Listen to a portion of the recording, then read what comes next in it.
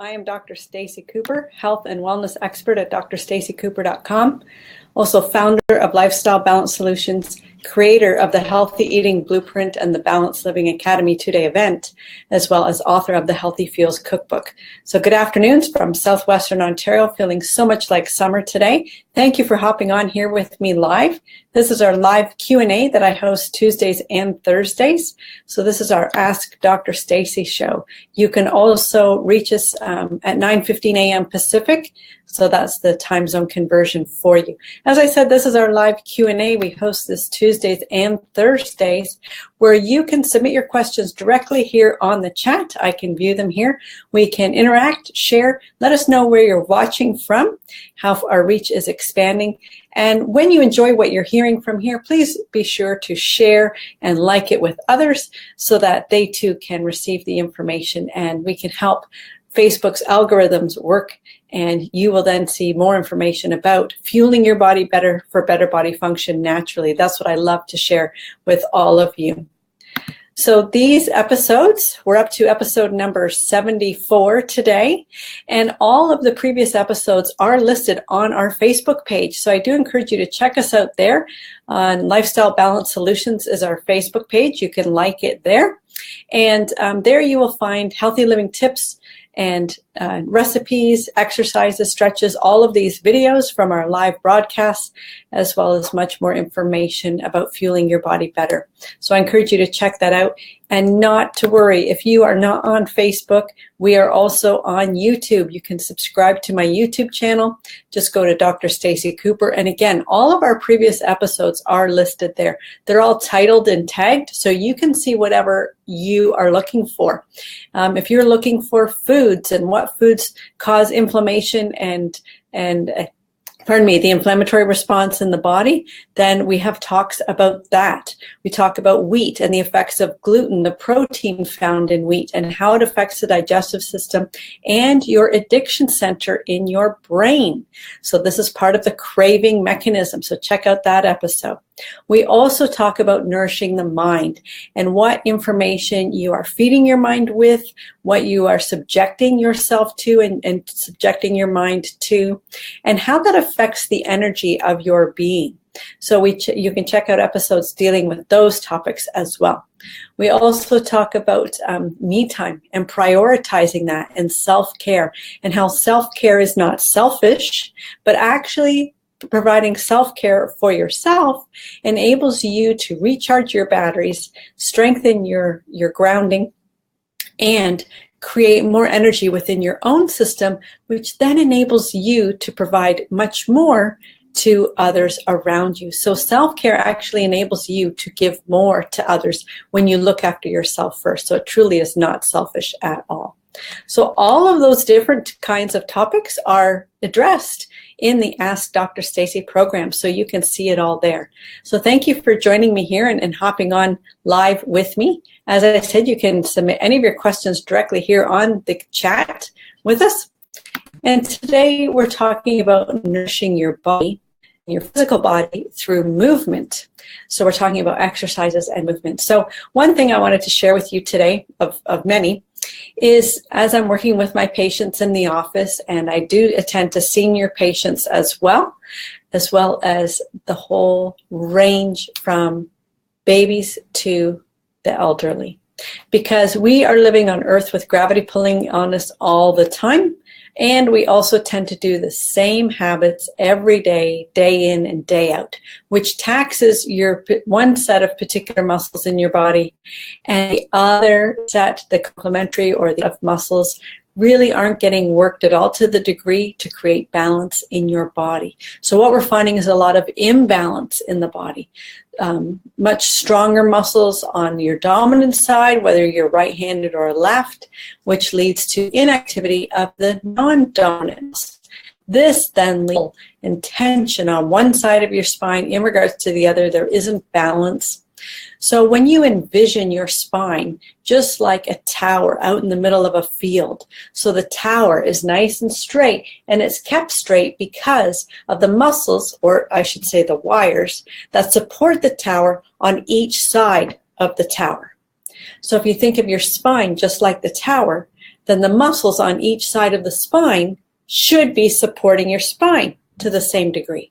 But if your muscle tension is tighter on one side, that's going to pull the spine over to that side, and the muscles on the other side have to give and are lax and are reaching. That is imbalance in your spine. This leads to joint dysfunction, compromising of the nerves within the spine. So therefore, information isn't getting to where it needs to go along the computer pathway, which is the nerves of your system within your body and the master controller, the brain and spinal cord.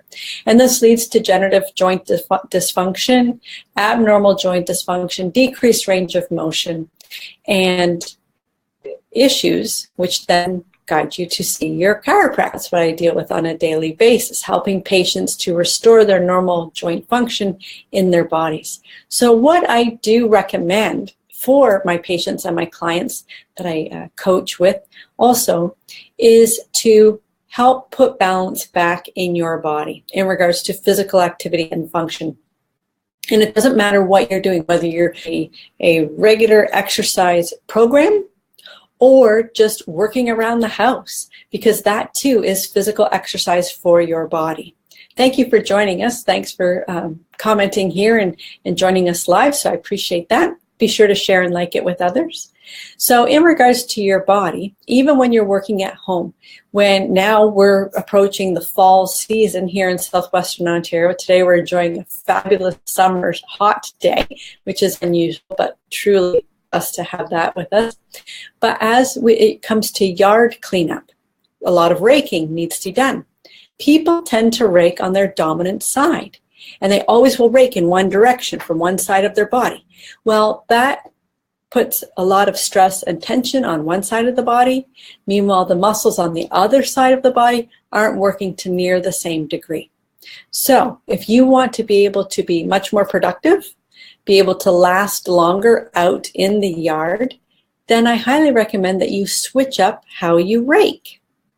So that not only includes raking the other direction, moving your body the other way, but also getting creative with your raking.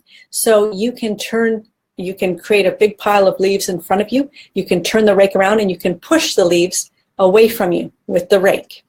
And I get behind it and I hold it like this. And I can also use my legs to push the rake, the big fan rake, to move that big block of leaves. Now also, we do live in 10 acres of bush. So any of you have seen our videos at home, you know that we have a lot of leaves to deal with. So what we'll do is rake them up into a section, put them onto a tarp, drag the tarp into the bush so that you're not having to lift and move the leaves too many times. So it's about just transporting them. Rake them onto a tarp and drag that. We're not even having to pick up the leaves. So bending and lifting is decreased. Thank you for joining me. Thanks for coming in here live. And so when you start to become creative with how you're doing your work and not stuck in the same old pattern of you always have to rake from the right side, incorporate new and different raking routines. You are activating muscles on the other side of the body, which is great. You are giving the fatigue side a break, and you will also become much more competent as you practice it more. So as you start to rake left more, or actually use the rake like a paddle and rake beside you and put the leaves backwards from you, I also do that, and I do that left and right. So now you can see I've just shown you 5 different ways to rake a yard. Do you rake right? I also paddle left and with a big fan rake and push them behind me. I also paddle right. This is great for core strength and upper body, lats as well, arm strength. And then I also use the rake directly in front of me. I turn it around and I push with the big fan rake, and I use my legs to push the rake forward to move that big pile in front of me. So when you start to incorporate this kind of thinking into all the activities that you do, then you balance your body, decrease the fatigue on the dominant side of your body, create more balance within the muscles of the spine, and this will then lead you to not only function better, be able to work longer and be more productive, but also protect yourself from injury and fatigue when that dominant side wears out. So I encourage you to do this. To exercise. Exercise, we all know, is really important for muscle strength and muscle ability. And if you don't use it, you lose it. So as we tend to age, and wintertime is a tough time because we tend to move indoors. We tend to become more sedentary.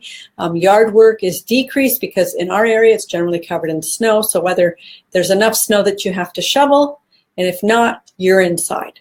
So it's really important to keep up your stamina and your exercise routine even through the winter months, because we often find as the next winter comes along in hibernation, then you're not at the same level of fitness as where you were at the end of the previous fall. And that's where every year things get a little bit harder, your body gets a little bit more tired, and you're not able to accomplish the tasks that you did the previous year.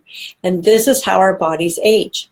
Whereas if you maintain your exercise levels throughout the course of the winter, whether it be walking on an indoor track, keeping your heart rate up, keeping your muscle mass, going to a gym and doing some lightweight routines. Now, it's not just about lifting weights and building muscle mass, because when you do that, guys, and lift weights or work against resistance, what happens is you are contracting the muscle, which is very important. This builds more muscle tissue and more muscle fibers. It keeps your muscles from atrophying. It keeps them strong. It also stimulates bones, which is important for main strength. So when you are physically active and working your body, every time a muscle is contracting, the muscle is attached to the bone. So the muscle pulls on that bone and stimulates the bone-building cells of that particular bone. So weight-bearing exercise is really important for maintaining skeletal strength and helping to reduce osteoporosis. Another key component with this, when you're considering osteoporosis, I will tell you, dairy is not the best source of calcium, and it is not easily absorbable in your system. And dairy actually creates an acidic environment in your body and is the leading cause of osteoporosis. If you would like more information on that specific topic, be sure to check out our previous episodes of Ask Dr. Stacey, where I speak about dairy specifically, 7 reasons why your body should not be consuming it. Number 1 being dairy comes from cows, and cows are meant to nurse calves. Whenever have you seen another mammal consume another mammal's milk? Do you see giraffes drink? I don't think so. I've never seen it or heard a report of it. So what are we doing with our bodies? So I encourage you to check out that episode if you have interest in regards to osteoporosis, how to manage it, how to strengthen your bones naturally, and how eliminating dairy from your diet will actually help to improve your bone strength and what you get your healthy sources. I cover that as well. So check that out. So back to exercise. So strengthening your bones, weight-bearing exercise is important to stimulate the bone-building cells within your system to create a strong skeleton.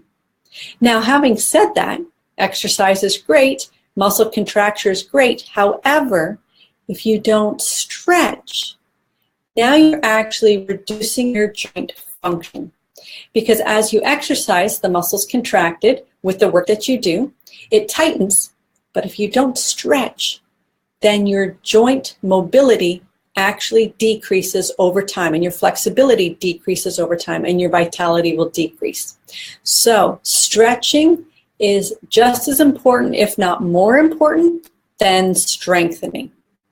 So I highly recommend, if you only have a block of 10 minutes and you have to choose between the two, I highly recommend that you stretch.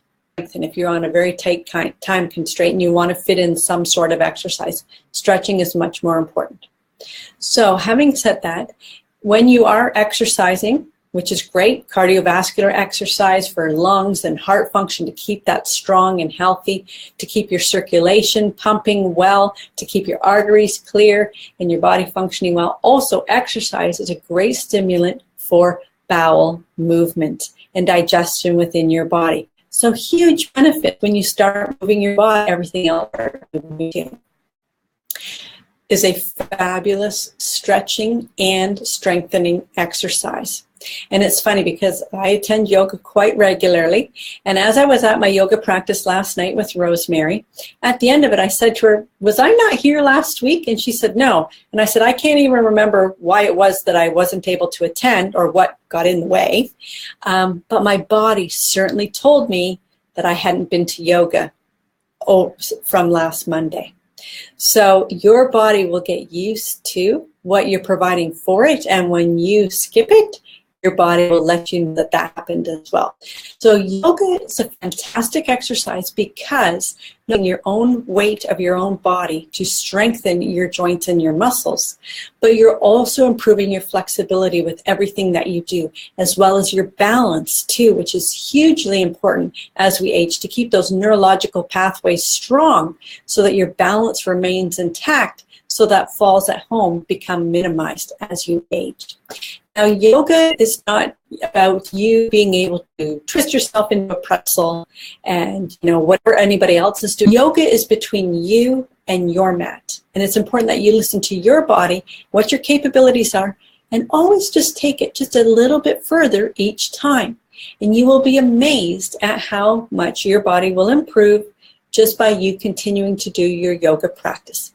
It's not just for girls, it's not a foo-foo thing, and it's not about being able to do the splits.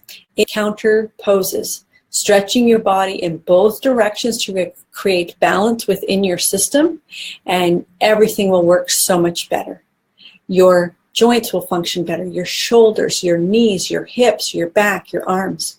So for myself, I enjoy running. We have a new pup, and so I've been exercising her that way and running in the bush, very hilly, uneven terrain, oftentimes, tipping on roots, stubbing toes on rocks, making sure I don't go face down in the dirt, and it's all fun and good cross-country running.